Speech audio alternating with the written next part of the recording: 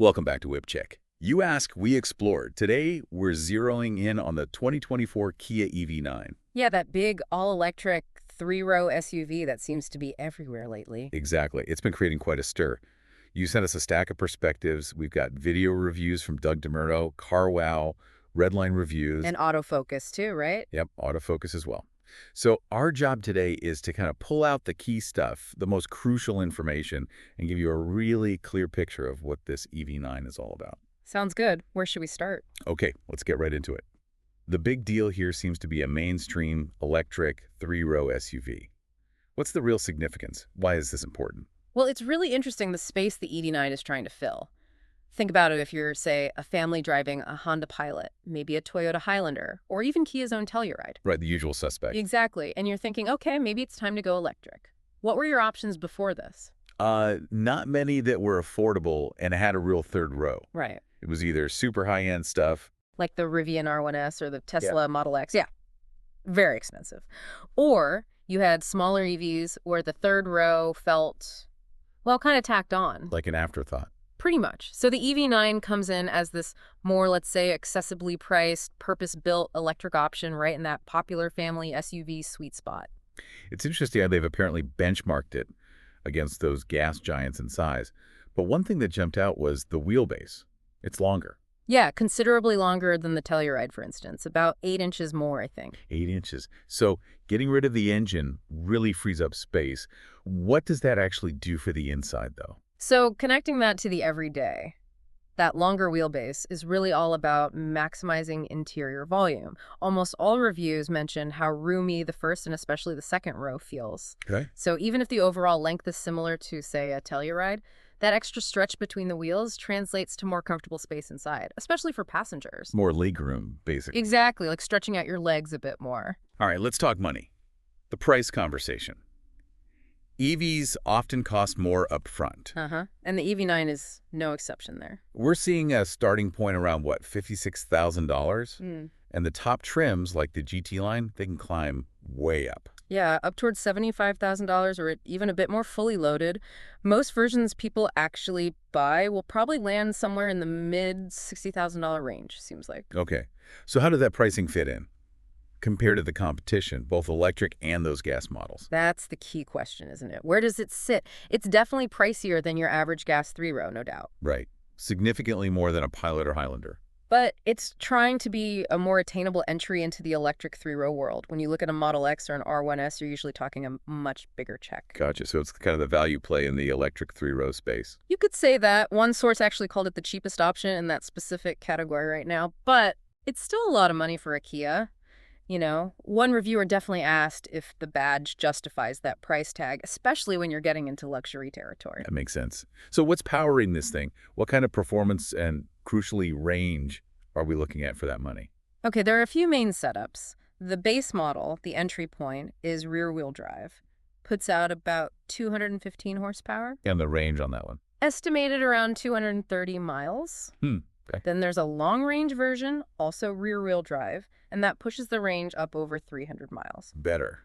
That sounds more usable for longer trips. Definitely. And then you have the all-wheel drive models. Those get a big power bump up to around 380 horsepower. Wow. And the range impact? Drops a bit, as you'd expect. Around 280 miles estimated for the AWD, but you get much quicker acceleration. Wow, quick. Like 0-60 in the mid-4-second range. Maybe 4.5 seconds. Seriously, for a big three-row SUV, that's pretty impressive. It is. It's surprisingly punchy off the line. And what about charging? That's always the big EV question. Yeah, huge consideration.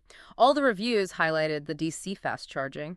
Kia says you can add about 100 miles of range in less than 15 minutes. If you can find the right charger. Yeah, a compatible high-speed one.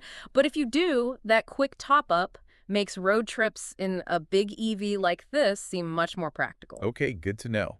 So we've got the big picture. Let's dive into the details, the quirks, the features, and who better to start with than Doug Demuro? Ah, yes, the master of quirks and features. What caught his eye initially? Well, predictably, he went straight for the design stuff. A dashboard, very clean, minimalist, almost no traditional buttons visible. I saw that. It's quite stark. Very. He even pointed out the Kia logo on the steering wheel lights up green when you press it. Kind of random, but quirky. Okay. What else? The fact it unlocks automatically as you walk up to it, and the door handles pop out. Those pop-out handles seem almost standard on EVs now. A little bit of theater. Yeah, definitely a futuristic touch. He also had thoughts on the lighting, of course. Always does. Mm. What did he make of the EV9's lights? He found the front turn signals, the multi-turn ones, and the split rear signals a bit strange. Strange and unusual, I think he said. Okay. But the daytime running lights, those L-shaped blocks, he thought they were really distinctive. You definitely know it's an EV9 coming. Right. But wasn't he a bit less enthusiastic about the overall look? The boxiness. Yeah, you remember correctly. He called the four-spoke wheels controversial. And the overall design, he described it as boxy, brawny, muscular, maybe even a bit cartoonish to him. Brawny. But he did admit, Kia's had success with that squared-off look on the Telluride, so it fits their current style. Fair enough. Stepping inside, what were his interior highlights? Or lowlight? Generally, he liked the interior aesthetics. Yeah. Good quality materials for the price point, attractive layout. But sense of butt coming. But some weird choices, like those touch-sensitive buttons under the main screen for map, search, media. Not physical buttons. I'm not always a fan of those. Yeah. Can be hard to use while driving. Exactly. He did like the clever center console, though. It converts from storage to cup holders with just a push. That's neat. And he pointed out the plus and minus symbols on the pedals, accelerator and brake, and the gear selector being on the steering column. Yeah, the column shifter. Kind of old school meets new school. How was the tech? The infotainment? This was a big positive for him. He thought the infotainment system was fantastic. Customizable home screen, really quick, intuitive, user-friendly. A big step up for Kia, he said. Okay, that's huge. User-friendly tech makes a big difference. Totally. He also liked features like quiet mode sends audio only to the front speakers, good if kids are sleeping in the back, and passenger talk, which amplifies the driver's voice. Like an intercom. Kinda, yeah, and voice memo recording. Plus, the 360-degree camera system got high praise, very clear. And those blind spot cameras that pop up in the dash when you signal. Those are brilliant. Every car should have those. Were there any tech frustrations for him? Yes. The big one was the climate control screen placement. He said the steering wheel blocks part of it, major annoyance. Ooh, that sounds frustrating. Yeah, and he wished the main driver display, the gauge cluster, was more configurable, like no option for a full screen map there. Okay. Shame. He did appreciate having some physical buttons for basic climate stuff, temperature and fan speed. And the seat controls heated, cooled, massage are on the doors, which is good. But that block screen was a definite thumbs down. Got it. Let's talk space. It's a 3-row. How did the back seats fare in his review? So you can get it as a 7-seater with a bench in the second row or a 6-seater with captain's chairs. Captain's chairs seem popular these days. Very. And he said they make the second row feel quite luxurious. Power recline, leg rests. You can even control the front passenger seat from back there. Fancy? Yeah. Plus USB-C ports, dedicated climate controls, nice vents. There's even a pull-out storage bin from the center console that doubles as a little table. Okay. Sounds plush back there. How's getting to the third row? That was a criticism. The power folding mechanism for the second row seats to let people climb into the back. He found it really slow. Oh, annoying if you're in a hurry. And the third row itself, the million-dollar question. Usable. This is where it got interesting. He found it surprisingly small. Not really much bigger than the third row in the gas-powered Telluride. Huh. So that long wheelbase mostly benefits the first and second rows. That was his theory. More legroom up front and in the middle. The third row is okay. It has nice touches like two-tone leather, cup holders, USB-C ports.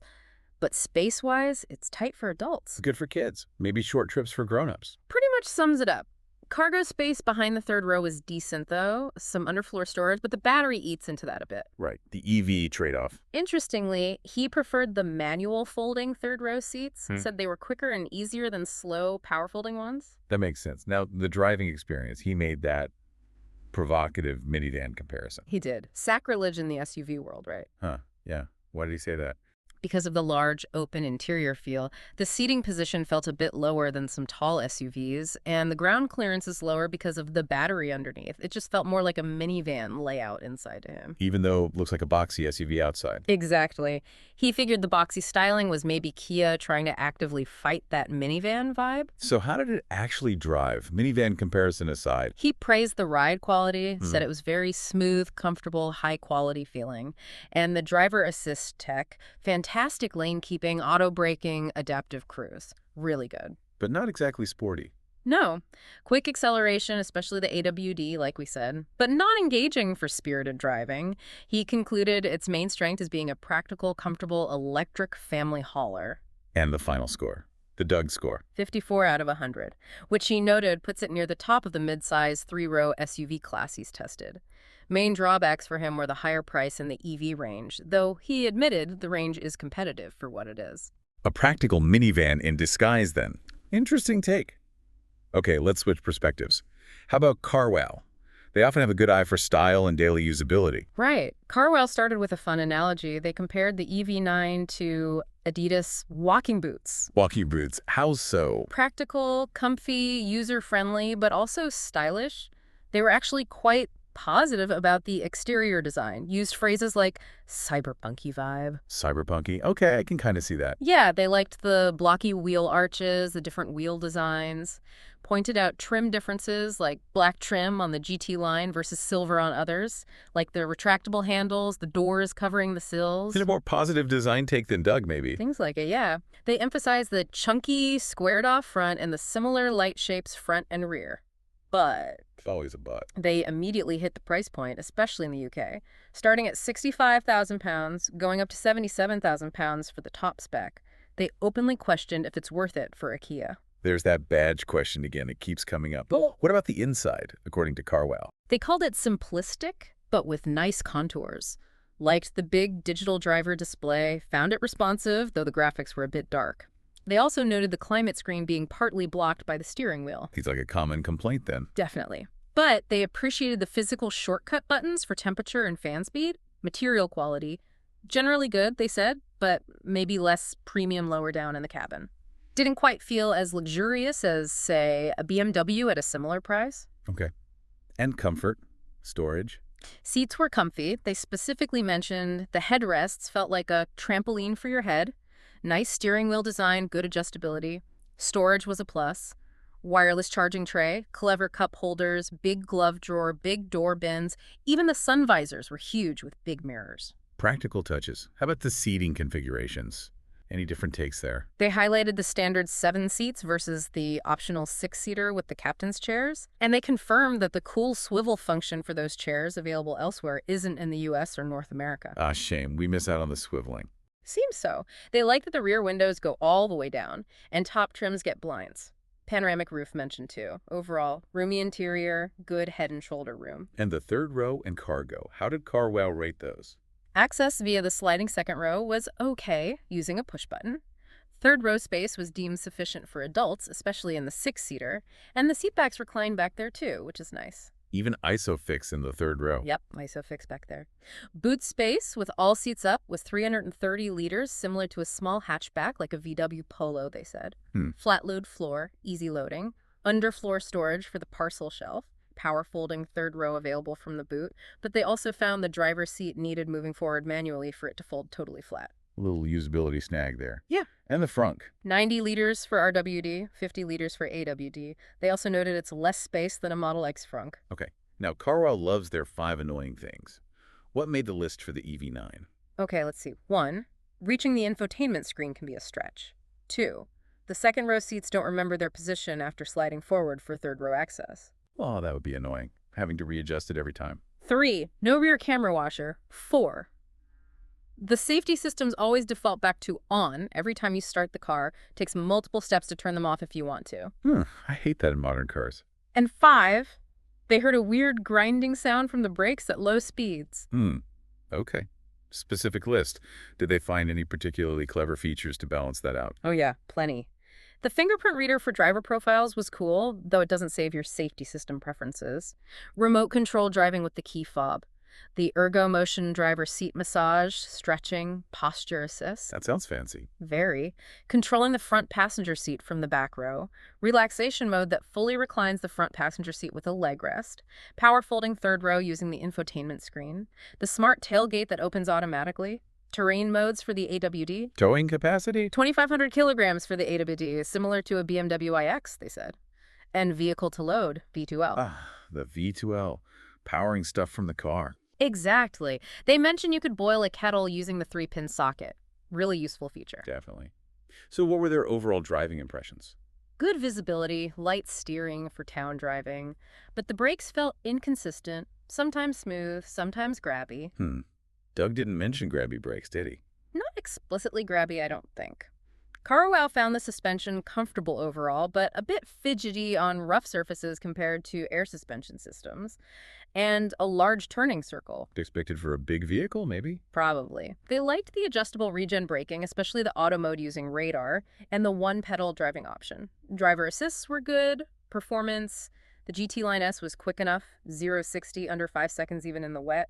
Quiet inside, just some wind noise from the mirrors at speed. And efficiency, real-world range. This was interesting. They saw about 2.3 miles per kilowatt-hours, which, from the big battery, translated to about 230 miles of real-world range, lower than the official WLTP claim of over 300 miles. Okay, that's a significant difference. Good reality check. Handling. Felt planted in corners, despite the weight. But the steering lacked natural feel, just consistent resistance, not much feedback. Handled twisty roads fine at normal speeds, though. Got it. Okay, let's bring in Redline Reviews.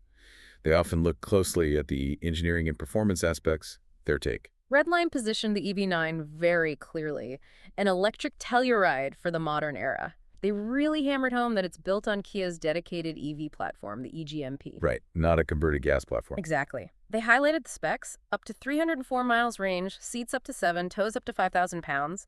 Their review focused on the top GT line trim. Dual motor AWD, 379 horsepower, 270 miles EPA range.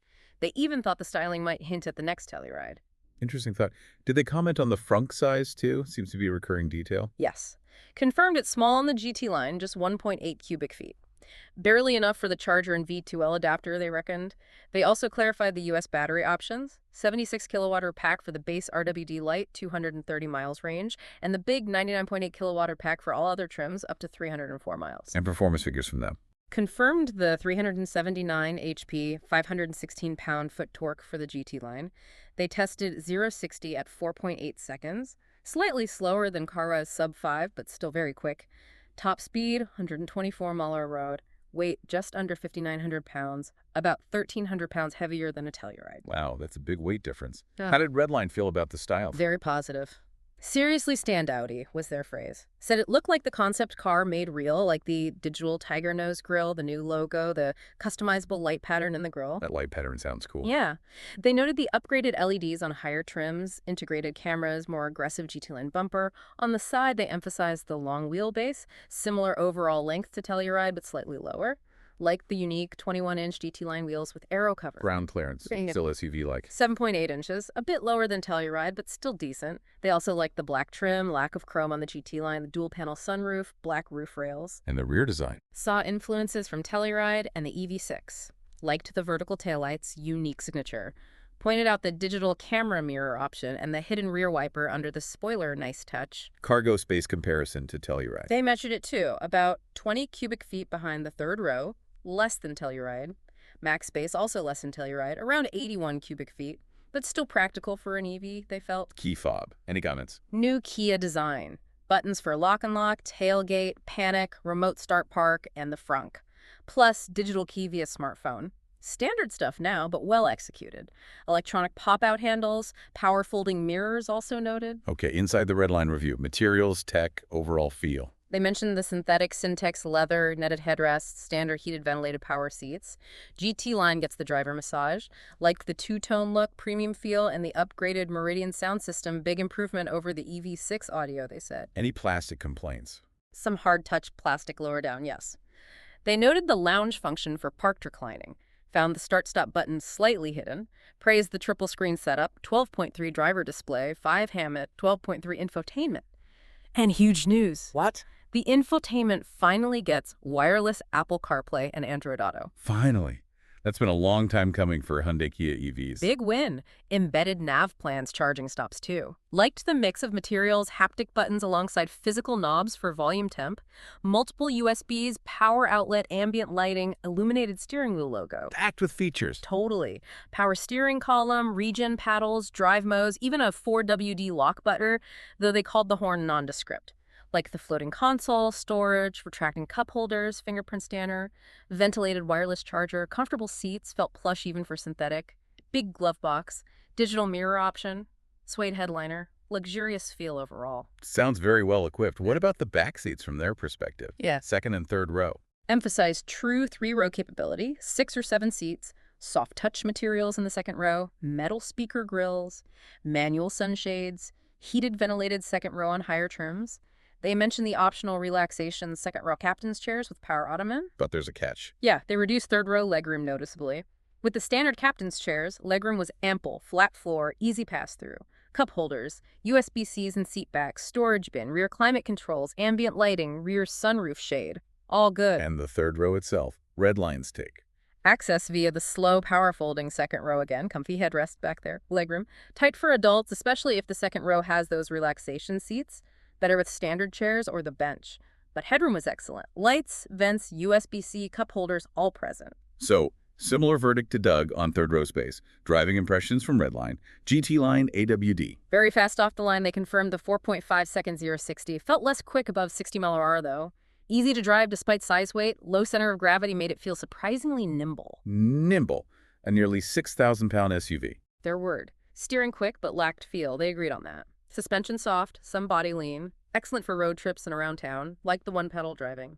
Very quiet inside. Range testing. Did they verify the EPA numbers? Yes. The GT line is EPA rated at 270 miles. They actually got around 280 miles in their real-world test in good conditions, so potentially overachieving a bit there. Sufficient for most, they felt, and longer-range models exist. Final positioning. Pricing thoughts. Still the electric Telluride idea. Both sold alongside each other. Pricing starts under $55K.